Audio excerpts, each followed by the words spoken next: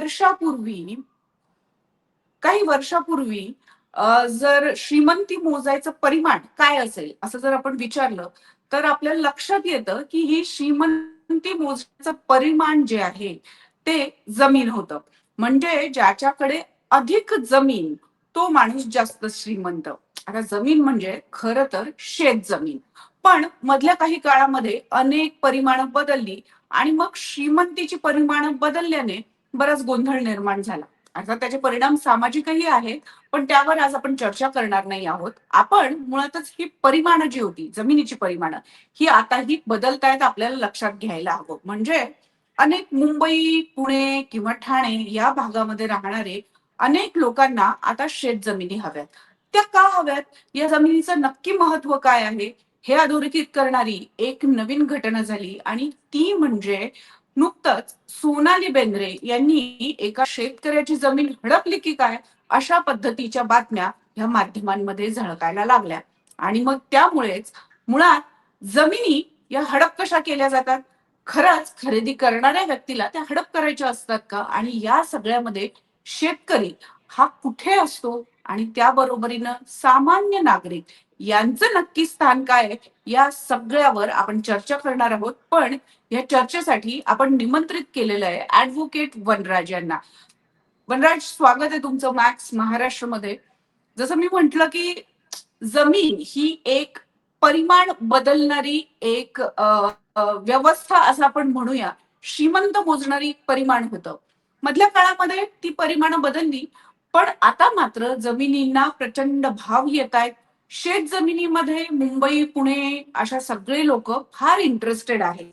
तर मुळातच हा जमीन हा विषय मुळात किती महत्वाचा आहे? नमस्कार प्रियदर्शिनी. मी सर्वप्रथम प्रियदर्शिनी तुझं आणि मॅक्स महाराष्ट्राच्या टीमचं कौतुक आणि स्वागत करतो की तुम्ही या निमित्ताने जमीन या विषयाला केंद्रस्थानी ठेवून ही चर्चा पुढे नेत आहे. तर दोन गोष्टी मला इथे सांगायच्या आहेत. म्हणजे सोनाली बेंद्रेंच्या निमित्ताने हा विषय जरी केंद्रस्थानी आला असला तरी तू जसं म्हणालीस तसं जुन्या काळातच नाही, मला असं वाटतं आजही परिस्थिती अशी आहे की जमीन हा ग्रामीण भागामध्ये विशेषतः तुमच्या श्रीमंतीचं, तुमच्या संपत्तीचं लक्षण दाखवणारा मोठा भाग आहे. आणि आजही गावाखेड्यामध्ये शेती व्यतिरिक्त उदरनिर्वाहासाठीची जी काही जमीन आहे त्याला घेऊन आजही अत्यंत महत्वाचा तो जमीन हा विषय आहे. आणि मावळसारख्या ठिकाणी तर खूप मोठ्या प्रमाणावरती जमिनीचा आता सध्या तुटवडा जाणवतोय. कारण एका कुटुंबाची अनेक कुटुंब होत चाललेली आहेत आणि त्याच्यामुळे पण प्रत्यक्ष शेतीचं लायक जी जमीन आहे ती कमी कमी होत चाललेली आहे. ही परिस्थिती आहे मावळसारख्या तालुक्यामध्ये.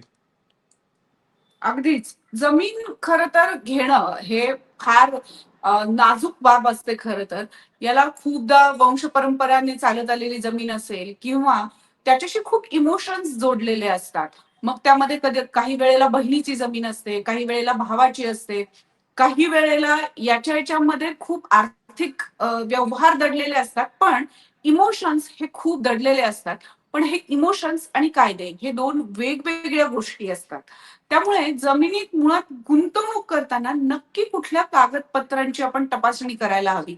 इमोशन्स आहेतच, पण त्याबरोबरीनं या इमोशन्सचं भांडवल होणार नाही ना, हे कसं ओळखलं पाहिजे?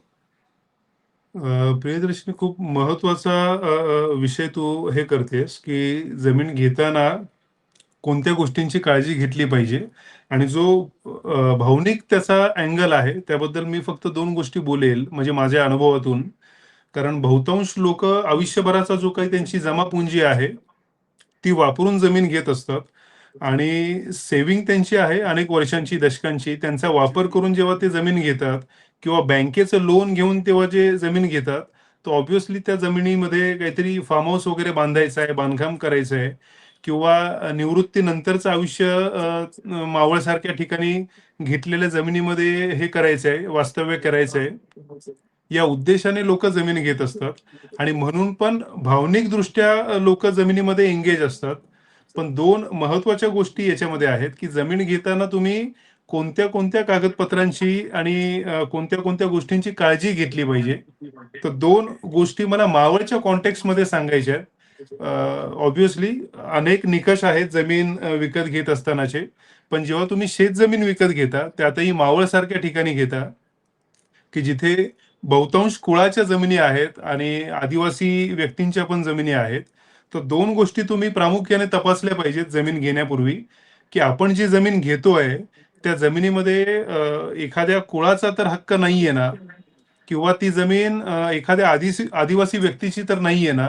कारण अशा परिस्थितीमध्ये जर कुळाचा हक्क असलेली जमीन किंवा आदिवासी व्यक्तीची जमीन तुम्ही जर विकत घेतली, भले ती तुम्हाला कमी पैशामध्ये मिळू देत, मात्र तो जो काही व्यवहार आहे, तो कायदेशीरदृष्ट्या अवैध समजला जातो आणि नंतर गुंतागुंती त्याच्यातून निर्माण होतात.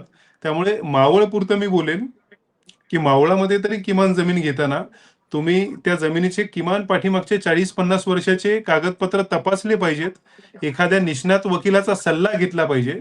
कारण आज मावळात जमीन घ्यायची म्हणजे लाखो नाही तर करोडो रुपयांचा सगळी इन्व्हेस्टमेंट आहे. किमान 40-50 लाखापासून ते 2-3 कोटीपर्यंत लोकं इन्व्हेस्ट करत असतात शेतजमीन घेत असताना. तर एवढी मोठी इन्व्हेस्ट करताना सुरुवातीच्या टप्प्यामध्ये तुम्ही वकिलांचा सल्ला घेतला पाहिजे. त्यासाठी 2 पैसे खर्च केले पाहिजेत. नंतर व्यवहार करून पस्तावण्यापेक्षा अगोदर तुम्ही वकिलांना योग्य ती सल्ला फी देऊन निष्णात वकिलाकडून कागदपत्र तपासून घेतले पाहिजेत, असं मला वाटतं. आता आपण मावळच्या कॉन्टॅक्ट मध्ये जेव्हा बोलतोय, तर हं. मावळमध्ये स्पेशल प्रोव्हिजन्स किंवा स्पेशल अटेन्शन हे गुंतवणूकदारांनी का द्यायला हवं? तुमचा अनुभव नक्की काय सांगतो? मावळामधल्या जमिनीकडे बघत असताना किंवा त्याच्याबद्दल बोलत असताना 2-3 गोष्टी मला असं वाटतं पार्श्वभूमी म्हणून आपण समजून घेतल्या पाहिजेत. एकतर मावळमध्ये 2 गोष्टी झाल्या. 1948च्या काळामध्ये जेव्हा गांधींची हत्या झाली, तर मोठ्या प्रमाणावरती ब्राह्मण समाजावरती हल्ले झाले आणि त्यांनी मावळच्या ग्रामीण भागातून काढता पाय घेऊन त्यांनी बाहेर पडायला सुरुवात केली. मी हे का सांगतोय? त्याचा संदर्भ आपण समजून घेतला पाहिजे. कारण मावळामध्ये मोठ्या प्रमाणावरती जमीनदार जे आहेत, ते ब्राह्मण समाजातले व्यक्ती आहेत आणि जी कुळ आहेत, ते अन्य जातीमधली लोकं आहेत. तर जानेवारी 1948ला गांधी हत्येनंतर मोठ्या प्रमाणावरती जमीनदार असलेले जे काही ब्राह्मण समाजातले व्यक्ती आहेत, त्यांनी ग्रामीण भागातून आपला कल शहराकडे, पुण्याकडे वळवला, मुंबईकडे वळवला आणि प्रत्यक्ष जमिनी कसणारे जे अ, अन्य जातीची लोकं आहेत, त्यामध्ये मराठा समाजामधली, आदिवासी समाजामधली, अन्य समाजामधली लोकं हे कुळ म्हणून ती जमीन कसू लागले. आता गोंधळ काय झालेला आहे, म्हणजे मोडस ऑपरेंडी काय आहे मावळच्या याच्यामध्ये, की अ, मावळमध्ये आज आपण पाहतो, की मुंबईमधून खूप मोठ्या प्रमाणावरती जमीन विकत घेणाऱ्या लोकांचा कल आहे. पुण्यामधून जमीन विकत घेणाऱ्या लोकांचा कल आहे आणि आय-टी क्षेत्रामुळे आणि अन्य गोष्टींमुळे जे इथं येऊन स्थायिक झालेली लोकं आहेत, तेही मावळ प्रिफर करतात. कारण मावळामध्ये 4-5 मोठी धरणं आहेत, मुबलक पाणी आहे. मावळामध्ये जुना मुंबई-पुणे हायवे आहे, नवीन मुंबई-पुणे हायवे आहे, रेल्वेची कनेक्टिव्हिटी आहे. आणि डोंगर रांगा असल्या कारणाने अत्यंत निसर्गरम्य असं वातावरण मावळामध्ये आहे. त्यामुळे ज्यांच्याकडे आर्थिक पातळीवरती सक्षम वर्ग आहे, तो मावळाकडे जमीन विकत घ्यायला प्रिफर करतो. पण ते करत असताना केवळ सातबारा बघून जर तुम्ही जमीन विकत घ्यायला गेलात, तर अडचण अशी होते, की पूर्वाश्रमीचे जे काही जमीनदार आहेत, त्यांची नावं सातबाऱ्यावरती असतात. परंतु प्रत्यक्षामध्ये कुळ हक्काने कोणीतरी वेगळं जमीन कसत असतं. त्या जमिनीचे वेगवेगळे साठेखतं दरम्यानच्या काळात झालेले असतात. काही जमिनी या आदिवासी कुळांच्या आहेत. त्याच्यामुळे अशा परिस्थितीमध्ये केवळ सातबारा बघून जर तुम्ही जमीन खरेदी करण्याच्या दिशेने गेलात, तर खूप मोठं गल्लत होण्याची शक्यता असते. हा जो कॉन्टेक्स्ट मी यासाठी सांगतोय, की 1948 सालीच कुळ कायदा महाराष्ट्रामध्ये जन्माला आला. साधारण डिसेंबर 1948ला महाराष्ट्र कुळ कायदा अस्तित्वात आला आणि 1 एप्रिल 1957 पूर्वी जो व्यक्ती ती जमीन प्रत्यक्ष कसत आहे, अशा व्यक्तीला मालकी हक्क कायद्याने देण्यात आलेला आहे. म्हणजे त्याला कायद्याच्या भाषेमध्ये आपण मानीव खरेदीदार असं म्हणतो. 1 एप्रिल 1957 पूर्वी जी व्यक्ती त्या जमिनीमध्ये प्रत्यक्ष कसत आहे कुळ हक्काने, त्या व्यक्तीला मानीव खरेदीदार म्हणून किंवा डीम्ड पर्चेसर म्हणून रिकॉग्नाइज केलं गेलं कायद्याने. मग अशा परिस्थितीमध्ये त्या व्यक्तीचं नाव मालक म्हणून जरी नसलं सातबाऱ्यावरती, तरी कायद्याने त्याला काही प्रोटेक्शन्स देण्यात आलेले आहेत. त्यामुळे अशा जमिनींचे जे काही व्यवहार आहेत, ते नंतर कोर्टामध्ये बेकायदेशीर आणि अवैध ठरवले जातात.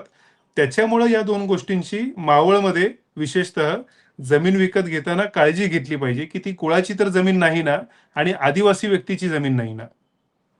अगदीच. आपण ज्या प्रांताबद्दल बोलतोय हं, तो पुण्याच्या जवळचा असलेला हा भाग आहे. प्रेक्षकांना हं. म्हणून सांगते की अनेकदा पुणे पुणे आपण जरी म्हणत असलो तरी पुण्याचेही खूप प्रकारचे भाग आहेत. त्याच्यातला मावळ प्रांत हा अतिशय आपण म्हणूया की समृद्ध, नैसर्गिक स्रोतांसाठी समृद्ध म्हणून असं तो समजला जातोय. आणि अर्थात शिवाजी महाराजांच्या मावळ्यांमुळे तो अधिकाधिक फेमस आहे. तिथे गड किल्लेही खूप आहेत, पण पावसाचं मुबलक प्रमाण, त्यामुळे असणारे झरे, अ, स्त्रोत जे आहेत, पाण्याचे स्त्रोत हे मुबलक प्रमाणात असतात. त्यामुळे हा भाग बऱ्यापैकी समृद्ध समजला जातो. अर्थात तो आहे की नाही हा एक वेगळा भाग आहे, पण या मावळामध्येही सध्या मुंबईतील लोकांचा खूप मोठ्या प्रमाणावर इंटरेस्ट असलेला आपल्याला दिसतोय.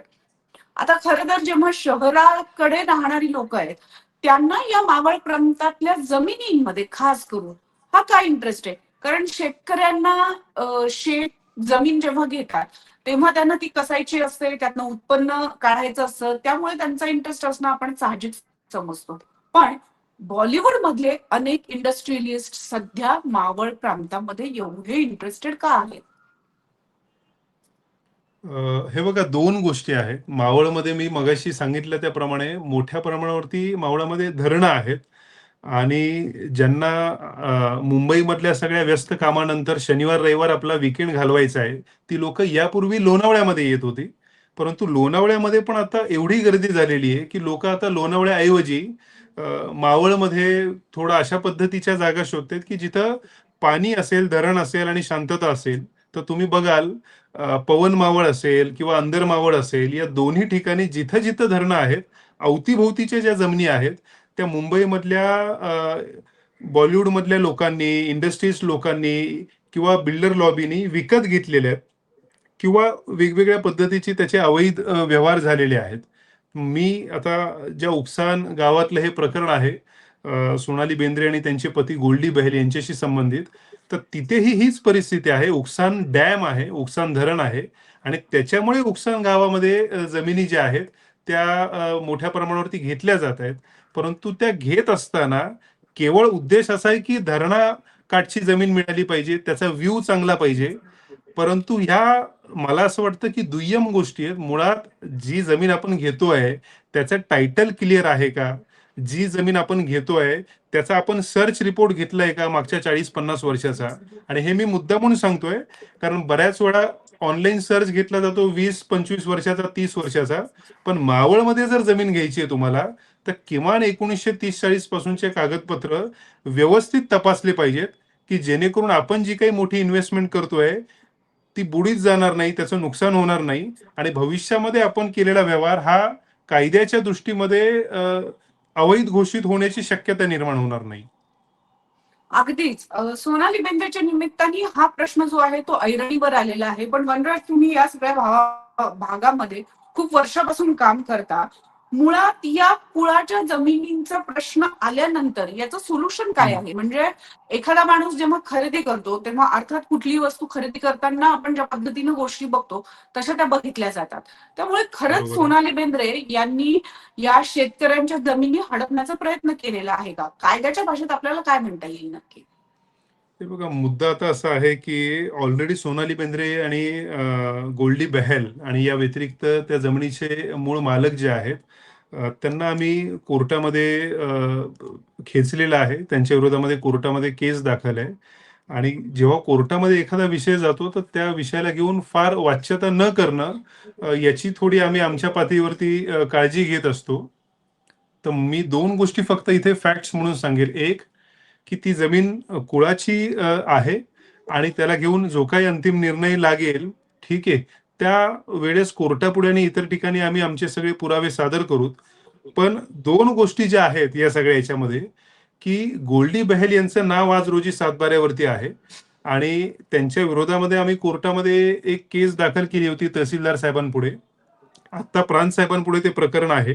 आणि असं असताना डिसेंबर 2025च्या महिन्यामध्ये गोल्डी बेहरा आणि सोनाली बेंद्रे प्रत्यक्ष जागेवरती येऊन त्यांनी वाद घातला आमच्या पक्षकारांशी. आणि त्याच्यामुळे त्यांच्या विरोधामध्ये मनाई हुकूम मिळावा यासाठी आणि त्यांनी त्या जमिनीची पुढे खरेदी विक्री व्यवहार करू नये यासाठी आम्ही प्रामुख्याने दिवाणी न्यायालयामध्ये गेलेलो आहोत. प्रत्यक्ष त्यांनी जमीन हडप केली नाही केली आणि याच्याशी संबंधित आमची जे काही म्हणणं आणि आरोप आहेत ते कोर्टामध्ये पुरावे दाखल केल्यानंतर आणि अंतिम निर्णयानंतर गोष्टी सिद्ध होतील. आता मी फार त्याच्याबद्दल कोणतीही कॉमेंट करणं टाळतो या ठिकाणी. अगदी बरोबर. ज्या पद्धतीनं आपण बघतो की कोर्टामध्ये एखादी केस उभी राहणं, त्याविषयीचे काहीतरी दावे प्रतिदावे करणं, हे सामान्य माणसाला तसं खूप अवघड काम असतं. कारण बराच त्याला वेळ द्यायला लागतो, बरीच एनर्जी द्यायला लागते. हे जरी खरी असलं तरी मुळात जमिनीसाठी लढाई जी आहे ती करावीच लागते. पण शेतकऱ्याच्या बाजूने लढताना या सगळ्या विषयावर तुम्हाला नक्की काय काय अनुभव आले? आपण रेफरन्स म्हणून जरी सोनाली बेंद्रे यांची केस बघत असलो तरी याआधीही तुम्ही अशा अनेक प्रकरणांवर काम केलेलं आहे. अर्थातच सोनाली बेंद्रे आणि त्यांच्या निमित्ताने हा जो काही जमिनीचा विषय, कुळ कायद्याचा विषय आणि प्रामुख्याने मावळामधल्या शेतकऱ्याचा विषय केंद्रस्थानी आलेला आहे. तर हे मला जास्त महत्त्वाचं वाटतं. 2 गोष्टी आहेत प्रियदर्शिनी. माझा जो काही अनुभव आहे तो मावळामध्ये एवढा भयंकर आहे, की केवळ आणि केवळ आर्थिक क्षमता नसल्याकारणाने मेरिट असूनही शेतकऱ्यांना त्यांचे दावे, त्यांची न्यायालयीन लढाई ही लढता येत नाही. कारण ऑब्व्हियसली कुळाचा विषय असेल किंवा अन्य गोष्टी असतील, त्या एकदा कोर्टाच्या दारात गेल्या, की त्याचा न्याय निर्णय लागायला कधी-कधी 5-5 वर्ष लागतात, कधी-कधी 25-25 वर्ष लागतात. माझ्याकडे जे 2-3 प्रकरणं मावळमध्ये आहेत, त्यामध्ये 1975चं कुळाचं लिटिगेशन आम्ही आजही फाईट करतोय हायकोर्टामध्ये आणि सिव्हिल कोर्टामध्ये. आणि मला इथे सांगायला म्हणजे माझ्या बाजूने आनंद वाटेल, की 50 वर्षामध्ये अ, ज्या गोष्टी होऊ शकल्या नाहीत, त्या आमच्या टीमच्या इंटरव्हेन्शनमुळे, कायदेशीर मदतीमुळे झाल्या आणि 50 वर्षानंतर कुळाला त्याचा हक्क प्राप्त झाला. कुळाच्या बाजूने आदेश झाले आणि आता कुळाला कुळ हक्काने मालक होण्याची जी काही सगळा प्रक्रिया आहे, ती जवळपास अंतिम टप्प्यामध्ये आहे. अशी 2-3 आमची मोठी प्रकरणं मावळ तालुक्यामध्ये आहेत. पण मी जसं सांगितलं तसं मावळामधल्या शेतकऱ्याला शेतीचा संघर्ष किंवा लिटिगेशन किंवा कायदेशीर लढाई ही दीर्घकाळ लढल्याशिवाय न्याय मिळत नाही. तर अशा परिस्थितीत मावळमधल्या ज्या काही सामाजिक संस्था आहेत, सामाजिक उद्देशाने काम करणारी लोकं आहेत, त्यांचा पाठिंबा अशा शेतकऱ्यांना मिळणं हे खूप म्हणजे खूप गरजेचं आहे. व्यक्तिगत पातळीवरती ही लढाई दीर्घकाळ लढणं हे प्रत्येकाला शक्य नसतं. अगदी खरंच आहे. कारण शेतकरी हा जमीन कसणार की रोज न्यायालयाच्या पायऱ्या चढणार, हा फार मोठा प्रश्न आहे. आणि एकंदरीत शेतकरी म्हणून नाही तर न्यायालयीन एकंदरीत प्रक्रियेचा लागणारा हा दीर्घकाळ, हा प्रत्येक केसच्या बाबतीत खरं तर आपल्या सगळ्यांच्या समोर आलेला आहे. हे सगळं बोलताना मला एक अतिशय छोटा प्रश्न पडतो. इथे सोनाली बेंद्रे असतील किंवा त्यापेक्षाही मोठे बॉलिवूड स्टार्स असतील, ज्यांचा इंटरेस्ट इथे आहे, ज्यांची पावर, पोहोच अशी सगळी आहे. पोहोचमुळे काय काय होऊ शकतं हे आपण अनेक केसेस मधनं बघतो. हं. अशा वेळेला खरंच सामान्य व्यक्तींना न्याय मिळतो का कोर्टातून? खूप प्रामाणिकपणे जर सांगायचं म्हटलं तर म्हणजे असं म्हटलं जातं आजकालच्या ह्याच्यामध्ये, की कोर्टामध्ये आदेश मिळतो, न्याय मिळत नाही. यासाठी कारण एवढा गुंतागुंतीचं सगळं प्रकरण असतं, तर बऱ्याच वेळा बाजू व्यवस्थित मांडल्या जात नाहीत शेतकऱ्याकडून आणि वकिलांकडून. त्याहीमुळे निर्णय फसतात आणि बऱ्याच वेळा चुकीच्या कलमांखाली प्रकरणं दाखल केली जातात आणि त्याहीमुळे न्याय मिळत नाही. मी एक फक्त उदाहरण देतो. इथे नाव घेणार नाही मी. पण माझे एक पक्षकार आहेत बाजीराव पवार. त्यांच्या वतीने काही वकील काम बघत होते 2003-4 साली. त्यांनी त्यांच्या वतीने प्रकरण दाखल केलं. 2003-4 साली ते प्रकरण दाखल झालं. माझ्याकडे ते प्रकरण आलं साधारण 2022-23 साली. मी ते प्रकरण हायकोर्टामध्ये पाहत होतो. तेव्हा माझ्या लक्षात आलं, की प्रकरण जे आहे ते चुकीच्या कलमाखाली दाखल केलेलं आहे आणि चुकीच्या कलमाखाली प्रकरण दाखल केल्या कारणाने मुळात न्यायालयाला किंवा कॉम्पिटंट ऑथॉरिटीला निर्णय देण्याचा अधिकार प्राप्त होत नाही. का तर केवळ चुकीच्या कलमाखाली प्रकरण दाखल केलेलं आहे. म्हणजे तू समजू शकतेस प्रियदर्शनी, की एका वकिलाच्या चुकीमुळे, की चुकीच्या कलमाखाली प्रकरण दाखल केलं, हायकोर्टामध्ये गेल्यानंतर ती चूक लक्षात आली. त्याच्यानंतर आम्ही खाली योग्य कलमाखाली ते प्रकरण दाखल केलं आणि आज त्या व्यक्तीच्या बाजूने मनाई हुकूम प्राप्त झालेला आहे दिवाणी न्यायालयामध्ये.